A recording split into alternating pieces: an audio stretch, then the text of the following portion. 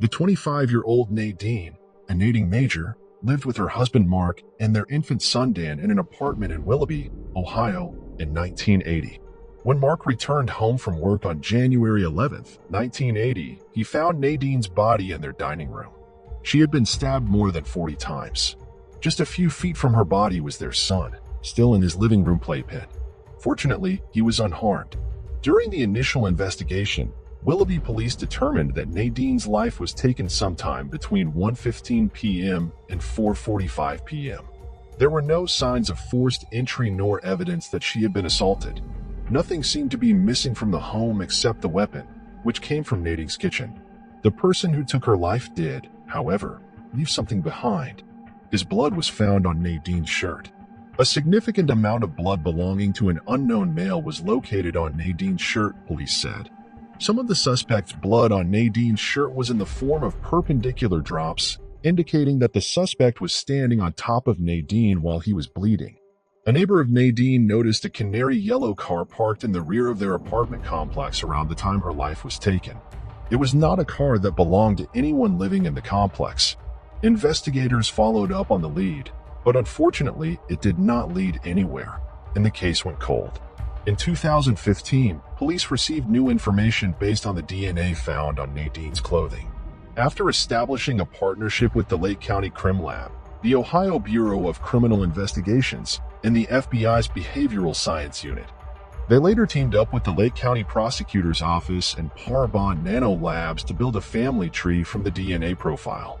Ultimately, this led them to Stephen Joseph Simcak through the use of genetic genealogy. Investigators compared the male DNA from blood Nadine's shirt to one of Simcak's biological children and found a match. People who knew Simcak then confirmed he had owned a canary yellow Dodge Dart back in 1980. Authorities then looked into Simcak's work record from his 37-year career at Lincoln Electric Company in Euclid, Ohio, which is less than 10 miles from Willoughby. In 1980, Simcak only missed one day of work, the day Nadine's life was taken. Simcak was due in for a second shift that day and called in sick. Police also learned that at the time, Simcak had other jobs, delivering flowers for Wycliffe Laurel and working with Antonio's Winery in Wycliffe, just a few miles southwest of both his and Nadine's home. Simcak retired in 2002 and moved to Moss Point, New York, about 60 miles southwest of Buffalo, according to police.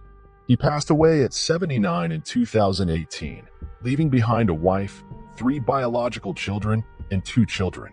Nadine's husband, Mark Major, had this to say at a press conference held by police. He stole Nadine from her family and friends. Most of all, he stole Nadine from me and my son. How could he get up every day and look himself in the mirror knowing what he did? She did not deserve this, he continued. If there's a place in hell, I know he's in it, and I hope he rots there. Mark continued that Nadine did not know Simcak, leaving loved ones and investigators puzzled about a possible motive. Nadine's son Dan had this to say at the press conference. I am angry that Stephen passed away as a free and carefree citizen before he could be identified as well as caught, and in turn, given the ability for questions to be asked and justice to be served. The 18-year-old Barbara Jean Jepson and her husband, Joe Jepson, lived in Van Nuys, California, in January 1956. The couple got married the previous year, and Barbara was 4 months pregnant. Joe worked for the National Air Guard. On January 31, 1956, Joe went to work early in the morning. Barbara was last seen shopping at 12:30 p.m. When Joe returned home, he found Barbara's body in their bed. She had been fatally stabbed. After the gruesome discovery, Joe first covered up his wife with a blanket and then called the police. Detectives who responded to the Jefferson house that day found several items of evidence, such as a green army jacket with blood and hair follicles in the garage. One witness told police that a person was seen leaving the area that day wearing a green jacket. Another talked about seeing a man with big hands and big knuckles. Unfortunately, investigators back then didn't know how great DNA would eventually be at solving cold cases. So items such as the pillowcases, bed sheets, and a bloody rag found in the sink at the Jepson home were not collected. At the time, detectives believed that what happened to Barbara was linked to a series of assaults in the same area. They tracked down every man who had committed similar crimes in the area to question them. Unfortunately, this did not lead anywhere, and the case went cold. In 2019, Los Angeles Police Detective Rachel Evans took another look at Barbara's case. It was the very first case she was assigned to after joining the cold case unit. On her first day, a veteran detective handed her the case file and said good luck. By the time she started working on it, hundreds of detectives already combed through it over the past 60 years. It took Evans a week to read through the entire case file. Then she read it a second time and started taking notes. The third time she read through the file, she started noticing a lot of things. One of the things she picked up on was that there was no forced entry at the Jepsons' home. It seemed to Evans that Barbara knew the person who attacked her. She also noticed that no valuables were taken, and nothing was out of place. As Evans reviewed the case, it wasn't long before she started focusing on one man, a man from Utah by the name of Monner Merce. Merce was born on May 24, 1911, in Mount Pleasant, Utah. In 1931, he married Cleo Ream, and the couple had one son and one daughter. They were later divorced, and Merce married another woman, Bernice, in the San Fernando Valley. That marriage also ended in divorce in 1945, with Bernice citing cruelty. By then, Merce was an avid gambler, violent towards animals, a womanizer, and a raging alcoholic. He was also the suspect in many assault cases. By 1948, he moved in with a woman named Fern Spivey in San Fernando Valley and stayed with her for years. At the time Merce and Spivey began living together, she had a 10-year-old daughter from a previous relationship. That daughter is Barbara. Evans believed that Merce abused her along the way because that was kind of his modus operandi. He would marry young women who had young girls and then go on to abuse them. In 1955, when Barbara married Joe, Merce married his fourth wife. This woman also had a young daughter. In 1960, 15-year-old Mary and Pedrada, who had a horse stable next to Merce and often rode horses with him, was found fatally stabbed. Then in 1962, Merce married his fifth wife, Anna. She too had a young daughter. In 1964, Merce was arrested and accused of abusing a 14-year-old girl. Information on that case was hard for Evans to collect because the case file had been destroyed. Although it is clear that Merce was involved in many crimes, this was the only victim for which he was arrested. Also, in 1964, while waiting for the trial, Merce showed up at a hospital with a gunshot wound. He claimed that it was an accidental shooting. Who shot Merce and why was never determined. By 1965, all of Merce's crimes were coming to a head. He was given a polygraph test by police who asked him about what happened to Barbara Jefferson. He denied even knowing her. Investigators knew that he was at her funeral and that he knew her since she was 10 because he was married to her mom for some time. The polygraph test results concluded that Merce had definite guilty knowledge regarding the fate of Barbara. On August 15, 1965, while Merce was out of jail and with numerous questions looming about what else he had been involved with, his wife, Anna, found underwear from a young girl in a drawer in their house. She confronted Merce about whether he had also been abusing that girl. The confrontation was apparently the last straw as Merce proceeded to grab a gun from inside the house. He chased Anna into the street where he fatally shot her. He then went back inside the house and took his own life. Recently, a former stepdaughter of Merce called the police to tell them about 15-year-old Mary and Pedrada, the girl who often rode horses with Merce and who was stabbed 9 times. The stepdaughter told police that she was 10 years old at the time. She remembers that on the day that Mary and lost her life, Merce came into the house with a bloody knife and blood on his hands and clothing. The stepdaughter waited until he and his entire family were no longer alive until she told police. That's how scared she was. She told police that she still had nightmares of him every night. Evans would soon learn that Merce had a pattern of never leaving his victims alone, even after he remarried or when his stepdaughters grew up and moved out of the house. According to Evans' research, 5 women were seen at the funeral wearing black and crying. Evans said, so he was kind of a womanizer. He had all these women that he connected with and kind of kept. There's a lot of stories around him with these young girls that were abused by him. Until the day Barbara's mom passed away, even though they were no longer married, Merce would still visit her. That's why Evans believes on the day that Barbara's life was taken, Merce showed up at her residence and did not need to break into her house. As you'll remember, one of the witnesses saw a man wearing a green jacket with big hands and big knuckles, Big hands and big knuckles were something the Mers family was known for. A drawing of the person believed to have committed the assaults in the area showed a man who wore a plaid shirt. Evans said that Mers was also known to always wear a plaid shirt. He was wearing one in his mug shot taken in his 1964 arrest. Most of his victims had their hands bound during their attacks, and the same was the case with Barbara. Despite the lack of DNA evidence that still exists today from the crime scene, Evans attempted to use today's DNA technology to help solve the case. After some extensive research, Evans was able to track down Mers' relatives still living in Utah in 2019, including his children. Evans gives big kudos to Draper Police and Unified Police for assisting her investigation. In September 2019, a search warrant for DNA was served to Mers' 87-year-old son. Mers' son passed away just 2 weeks after the DNA was collected. Unfortunately, it was ultimately determined there was not enough DNA from the crime scene to compare with the DNA collected from Mers' son. Evans said now that police have it preserved, they will revisit the case about every 5 years to see if advances in DNA knowledge get to the point so that the old DNA can finally be tested and compared to familial DNA from Mers. Even though the DNA from the crime scene is too weak to prove 100% it was Mers, investigators believe now in 2022 they have more than enough evidence against Mers that if he were still alive, he would be found guilty of taking Barbara's life. Investigators have also been able to clear other suspects using the DNA. One of these people was Barbara's husband, Joe. Even though he was cleared by the police in the initial investigation, he lived the rest of his life with the stigma surrounding him. Some members of the community questioned his innocence since he was the one who found his wife's body. Joe remarried and had 2 sons.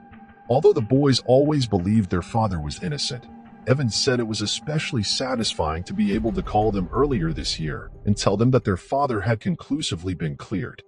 On the other side, Evans said Mers' grandchildren were upset when she told them what kind of person their grandfather really was. They had been told that he had passed away in a car accident.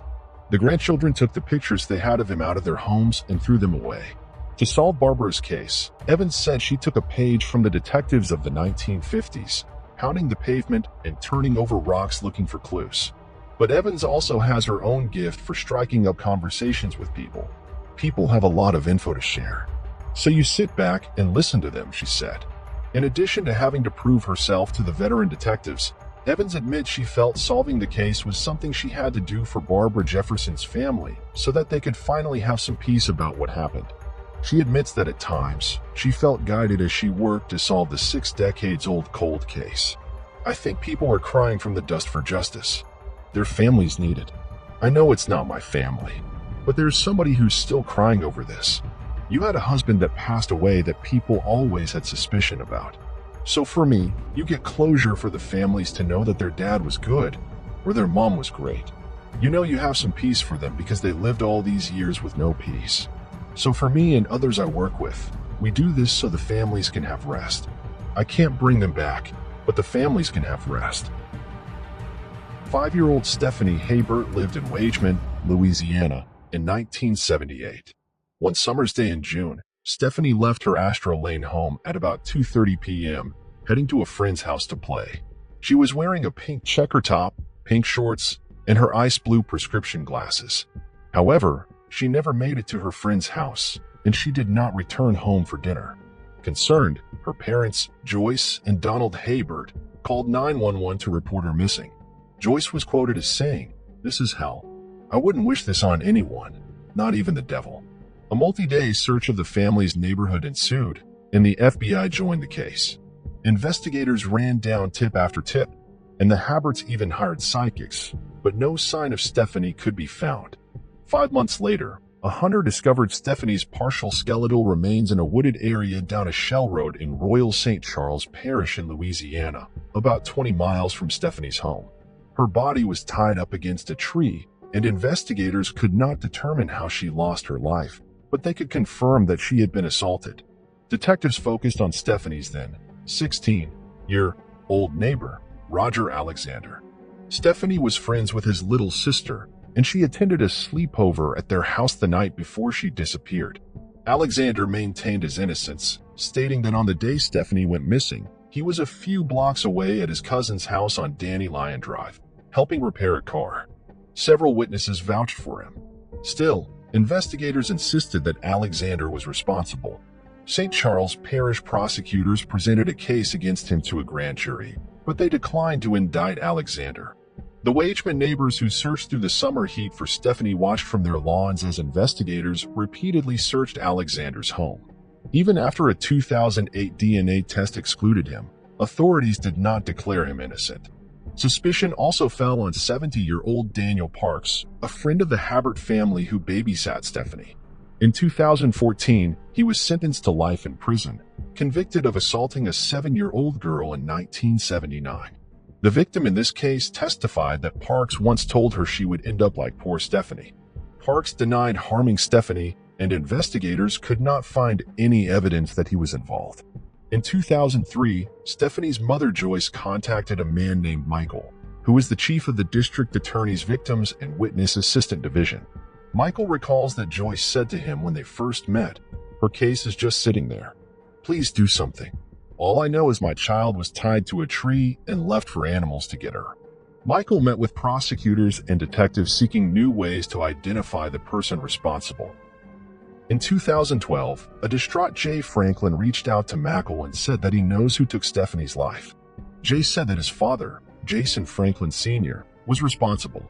Jason was a U.S. Army veteran who married Joyce Vanette in 1970 in New Orleans and worked as an electrician. The couple bought a home on Esther Lane, about 5 houses from Stephanie's home. Jason was a serial predator who targeted children. In 1966, he was convicted of attempted assault on a young girl. Jay Franklin reached out to Michael because his wife, Michelle Franklin, had convinced him he'd never have peace until he spoke up. Since childhood, Jay had bounced between homes, abused and traumatized by what he had been through. He was mentally damaged. Michelle Franklin said, "He didn't know what love was until he got with me." Over the next 9 years, Jay Franklin revealed physical abuse he had suffered at Jason Franklin Sr.'s hands and how it links to Stephanie's case. Jay said that his father beat him and assaulted him between the ages of 2 and 6. Jason Franklin Sr. also used his son to lure other victims, usually young girls, to their home under the pretense of a play date. Young Jay Franklin was sometimes forced to take part. Jay then told investigators that one of those girls was Stephanie Habert. According to him, it was his mother, Joyce Vanette, who abducted Stephanie and brought her to Jason Franklin Sr. Since both Jay and Stephanie's mothers are called Joyce, I'll refer to Jay's mother as Vanette to prevent any confusion. Jay said that when he was 6 years old, Vanette had coaxed Stephanie into their car. Vanette then drove the children to a house in Luling, Louisiana, where Jason Franklin Sr. was waiting. At some point, he put Stephanie into a car and told Vanette to follow. They then drove to a wooded area where Stephanie's body would later be found. Jason Franklin Sr. stripped Stephanie of her clothes and took Polaroid pictures of the child, forcing Jay to pose with her. Jay remembers Stephanie tearfully declaring, "I'm telling my daddy." He believes this may have sealed her fate. Vanette then left with Jay. Jay told investigators that he saw his father binding Stephanie to a tree as they pulled away. When confronted by detectives, Joyce Bennett denied any involvement and called her son a liar. While speaking with investigators, Jay Franklin took detectives to some of Jason Franklin Sr.'s favorite hunting spots. They eventually ended up in a rural area of St. Charles Parish. Without realizing it, he directed them to the scene where Stephanie was found. Despite Jay Franklin's testimony, it still took authorities years to prepare the case. They had to determine what evidence was admissible, what charges he'd be eligible for, and definitely rule out the other suspects. Jay Franklin's credibility was bolstered by the statements of another victim who came forward. It was a 51-year-old woman whose story of childhood matched the version of events he told. She had never before disclosed the assaults. In 2018, 76-year-old Jason Franklin Sr. was arrested in connection to Stephanie's case. Her parents, Donald and Joyce, lived long enough to see him arrested. Both of them passed away in 2020. Unfortunately, the case never made it to trial. In January 2022, Jason Franklin Sr. lost his life due to a respiratory illness while in prison. In June 2022, 50-year-old Jay Franklin also lost his life due to a drunk driver. Investigators with the cold case team described it as a heart-wrenching loss. Jay's stepmother, Kathy Vanette, said, I think he's the bravest person I ever met. To be able to basically rip his whole life apart and put it out there. Kathy Vanett is married to Jay Franklin's stepfather, Henry Vanett. Henry was married at one point to Joyce Vanett, Jay Franklin's mother. Without the suspect and the main witness, investigators officially closed Stephanie's case. Vanett currently lives in Alabama and hasn't been formally charged or arrested yet. On February 26, 1999, human remains were discovered in a wooded area near the intersection of Clifton Spring Road and Clifton Spring Church Road in Decatur, Georgia. An autopsy concluded that the remains belonged to an African-American boy between the ages of 5 and 7. He was wearing a blue and white plaid shirt, red denim jeans, and brown Timberland boots. Due to the advanced state of decomposition, authorities were unable to determine the cause and manner in which the boy lost his life. Unfortunately, they were also unable to identify him. The case went cold for many years. In May of 2020, a tipster came forward after seeing an artistic rendering of the unidentified child distributed by authorities. The tipster contacted the National Center for Missing and Exploited Children and provided information about a woman named Teresa and Bailey Black. Black was living in Charlotte, North Carolina, with her 6-year-old son, William Deshaun Hamilton. In December of 1998, without notice, she withdrew William from school and then moved to Atlanta, Georgia. Black later returned to Charlotte the following year, but without William.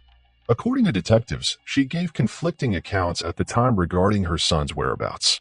The tipster believed that the boy found in Georgia was William because he looked similar.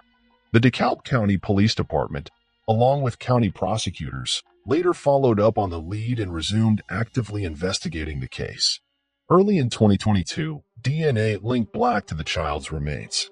She was arrested in Phoenix, Arizona, on June 29, 2022. She is currently waiting to be taken to Georgia.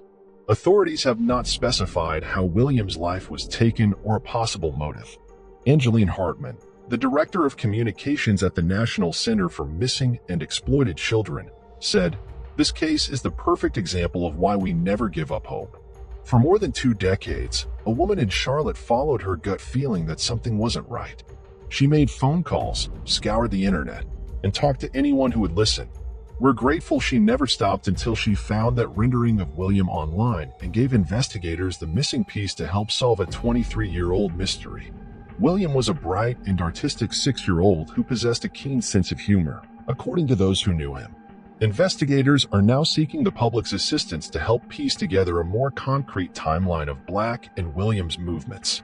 Authorities say Black worked at a now-defunct Atlanta strip club known as Pleasers and may have been getting assistance from the Atlanta Day Shelter for Women and Children for a brief period. 23-year-old Shannon Lloyd lived in Orange County, California, in 1986. She was a tomboy who loved horses and had an adventurous soul. On May 20th, Shannon's body was found inside her bedroom in Garden Grove. She had been assaulted and strangled. Shannon's older brother, Tom Lloyd, had this to say at the time: "It's hard for me to fathom how anyone could take into the person's life like it was nothing and just discard them." Investigators collected male DNA belonging to the suspect from the crime scene. In 2003, authorities linked what happened to Shannon to the cold case of Renee Cavas. The body of 27-year-old Renee was found on a road near El Toro Marine Base in Irvine, California, in 1989. When investigators entered the suspect's DNA profile in Shannon's case into the combined DNA index system, they noticed that the same man was responsible for taking the lives of both Shannon and Renee. Unfortunately, his identity could not be determined. In 2021, the Orange County District Attorney's investigative genetic genealogy team identified a Las Vegas man named Reuben J. Smith as a possible suspect. Smith lived in Orange County in the 1980s. He was forced to give his DNA in 1998 after being arrested in Las Vegas for assault and attempting to take the life of a woman. In July of 2022, it was confirmed that the DNA evidence from his arrest matched the DNA found at the crime scene of both Shannon and Renee. Orange County District Attorney Todd Spitzer said, "Because of the advent of science, there's no case that's cold anymore. Every case is potentially solvable. Justice does not have an expiration date, whether a crime happened 40 years ago or 4 minutes ago. The residents of Orange County can have confidence that the law and force in this county will not rest until justice is served. The loved ones of Renee Cavas and Shannon Lloyd have the answers to the questions they've been asking for more than 3 decades. The third unknown victim of Smith that survived said, "The evil in him. I know if I didn't fight, I was going to die. It was horrible. The things that he did, the things that he said." Though she was able to fight him off and escape, she said she is still haunted by him. 1 year after being arrested in 1998, Smith took his own life at 39 years old. This is infuriating. The victims' families themselves said that all their questions can't be answered. They know who and where, but not why. Detectives are now looking into the possibility that Smith could be implicated in other cases. On July 11, 1983, the body of 41-year-old Linda Lawson was found at the end of Memorial Highway in Tampa, Florida. Investigators said that she had been assaulted, shot in the head, and then dumped in the bushes.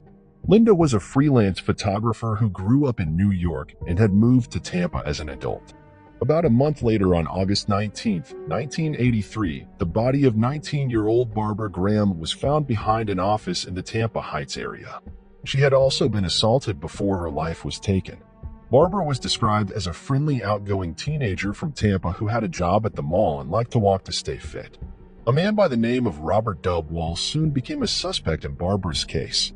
He was convicted because a bite mark analysis expert said that Robert was responsible for a bite mark on Barbara's face. Dubois denied any involvement and contacted the Innocence Project. In 2020, with the help of advancements in DNA and the Conviction Review Unit, Dubois was exonerated after spending 37 years in jail for a crime he did not commit.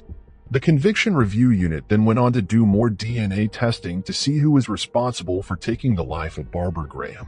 After further DNA testing, they realized that not one man was responsible, but 2. They also determined that these 2 were responsible for many crimes in the Tampa area in 1983.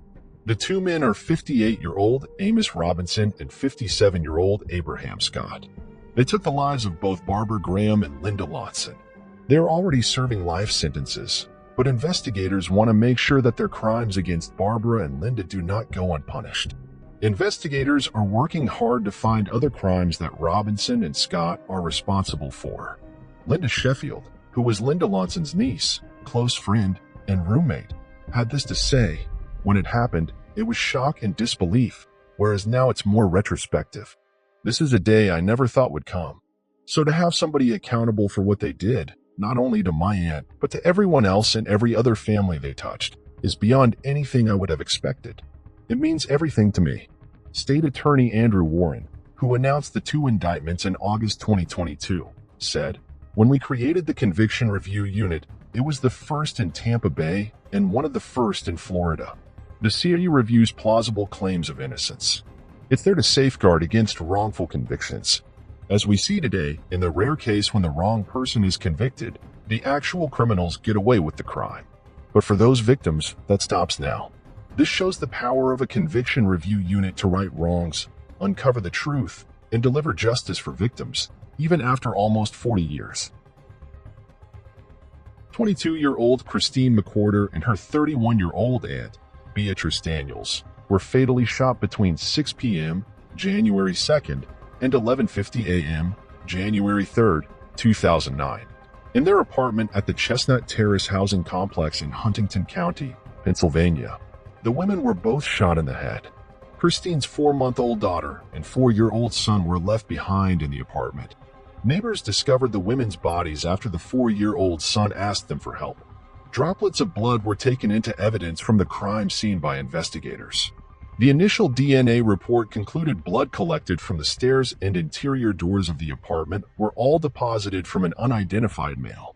Over the years, as DNA advanced, a DNA profile of the suspect could be created using the droplets. On March 14, 2016, Trooper David Clement submitted the DNA profile to DNA Solutions. They then forwarded it to Parabon Nanolabs based in Reston, Virginia. Parabon Nanolabs used the DNA to create an image of what the suspect might look like. It showed a black male with brown to black hair, medium to light complexion, and green or hazel eyes. On July 12, 2018, Trooper Dana Martini contacted Tom Shaw, a certified forensic artist and employee for Parabon Nanolabs. He was asked to conduct a genetic genealogy analysis of the DNA recovered at the crime scene. On October 9, 2018, Parabon provided a report on the genetic genealogy of the DNA and identified Mariko Johnson as a potential match. Johnson's appearance also matched with the image of the suspect they had created. Investigators found that Christine was acquainted with Johnson's then-girlfriend Cynthia Swan. Investigators interviewed Johnson for the first time at his home on December 12, 2019. Johnson admitted that he knew Christine and Beatrice because of Cynthia but denied ever setting foot in Christine's home. Johnson provided investigators with a DNA sample via a swab of his mouth. The sample was then sent off for analysis by the State Police Lab in Harrisburg on December 19, 2019. On January 3, 2020, the lab reported that Johnson's DNA matched blood evidence found on the stairs and interior doors at the crime scene. Investigators then compared Johnson's time card to the estimated time Christine and Beatrice's lives were taken. On January 22, 2020, the state police received time cards from Johnson's then-employer, the New York Department of Corrections, which confirmed he was off work January 2, 2009, and started his January 3rd shift at 7 a.m. State police estimate the time it takes to travel the 294 miles between Christine Beatrice's home and Johnson's then workplace is 4 hours and 43 minutes. Troopers Thomas and Martini interviewed the suspect's half-brother, Carol Brodas Johnson Jr. of Connecticut, who told the officers he thought his late father owned a .25 caliber, and that Mariko Johnson inherited their father's belongings when he passed away in 1998.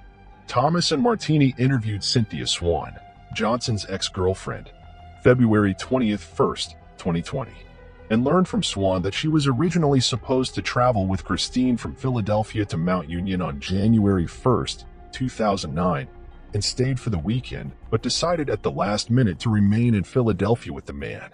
Benjamin June. Swan told troopers it was around this time Johnson found out Swan was having an affair with June. The last incoming text on Christine's cell phone was from Swan, asking Christine to call her. Christine did not respond to Swan's text. On July 28, 2020, Thomas and Martini spoke with Robert Sean Spade, the father of Christine's oldest child. Spade told the troopers he visited Christine, Beatrice, and the children the evening of January 2, 2009. Spade reported the women kept the apartment very clean, that he didn't observe blood-like drops anywhere in the apartment, and that it was unlike them to leave a spill or mess. In May of 2022, 47-year-old Mariko Tyrone Johnson was arrested in Newport News, Virginia, and charged with taking the lives of Christine and Beatrice. He will soon be transported to Pennsylvania by state police to face charges against him. 21-year-old Heather and Williams lived in an apartment in Leon Valley, Texas, in 2005. On February 22nd, Heather's friends got concerned when they could not reach her.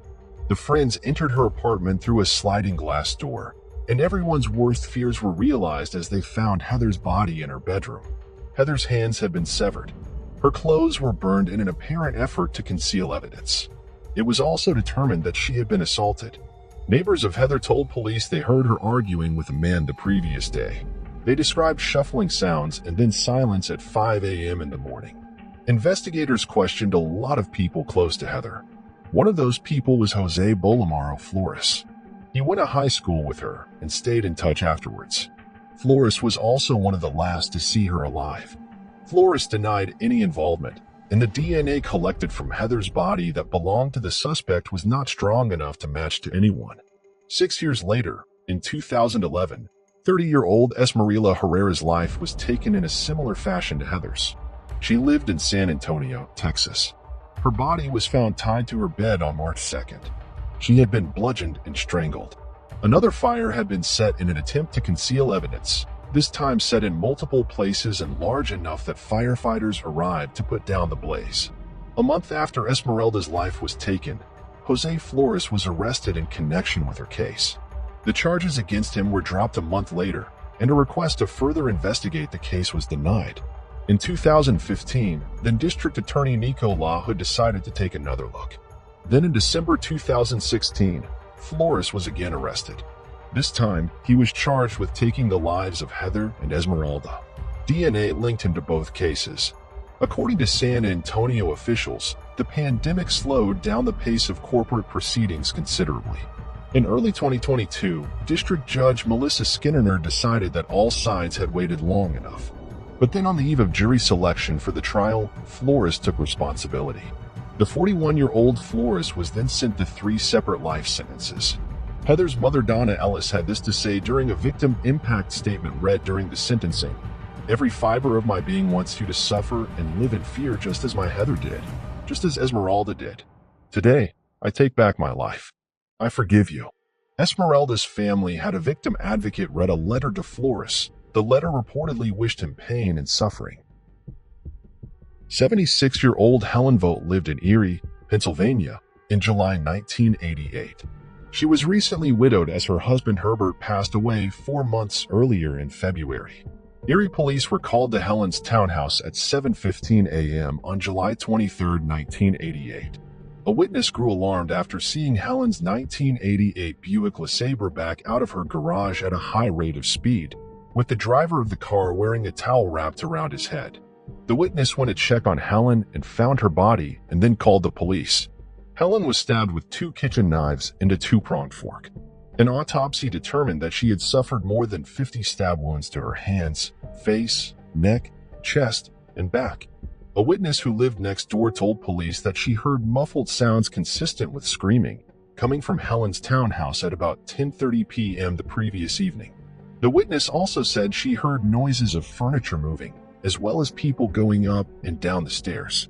Investigators described the house as ransacked. Dresser drawers were pulled open, and items were thrown about the townhouse. Helen was known to keep money, bonds, and personal paperwork in a briefcase at her home.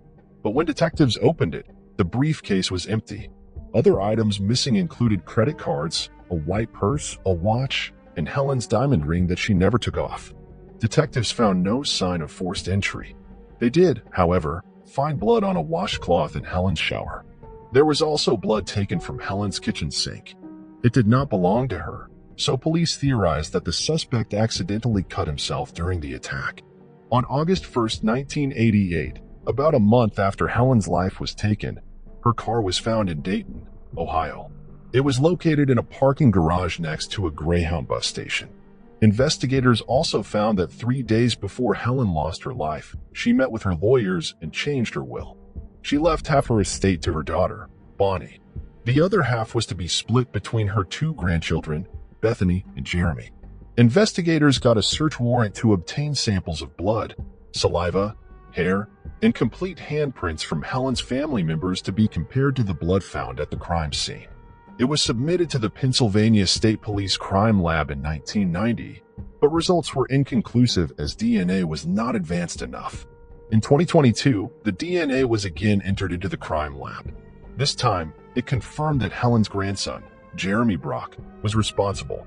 He was 21 years old back in 1988. In July of 2022, 55-year-old Jeremy C. Brock was arrested at his home in Austin, Texas.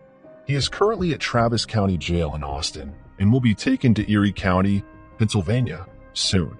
Erie Police Chief Dan Spizzarni said at the news conference, "With the advancement of forensic technology, the Pennsylvania State Police Crime Lab in Greensburg, Pennsylvania was able to reanalyze the previously submitted evidence." In September 2019, human remains belonging to a black male were found on the roof of a building in downtown Biloxi, Mississippi, near the 800 block of Martha Street. The building was abandoned and had been unoccupied for at least 15 years. There were no clues to the unknown person's identity, and investigators could not find a missing persons record that matched what they knew about the remains. In August 2021, the Mississippi State Medical Examiner's Office, Biloxi Police Department, and Harrison County Coroner's Office teamed up with Ophthalmic to use forensic-grade genome sequencing to help generate new leads that might identify the unknown man or his next of kin.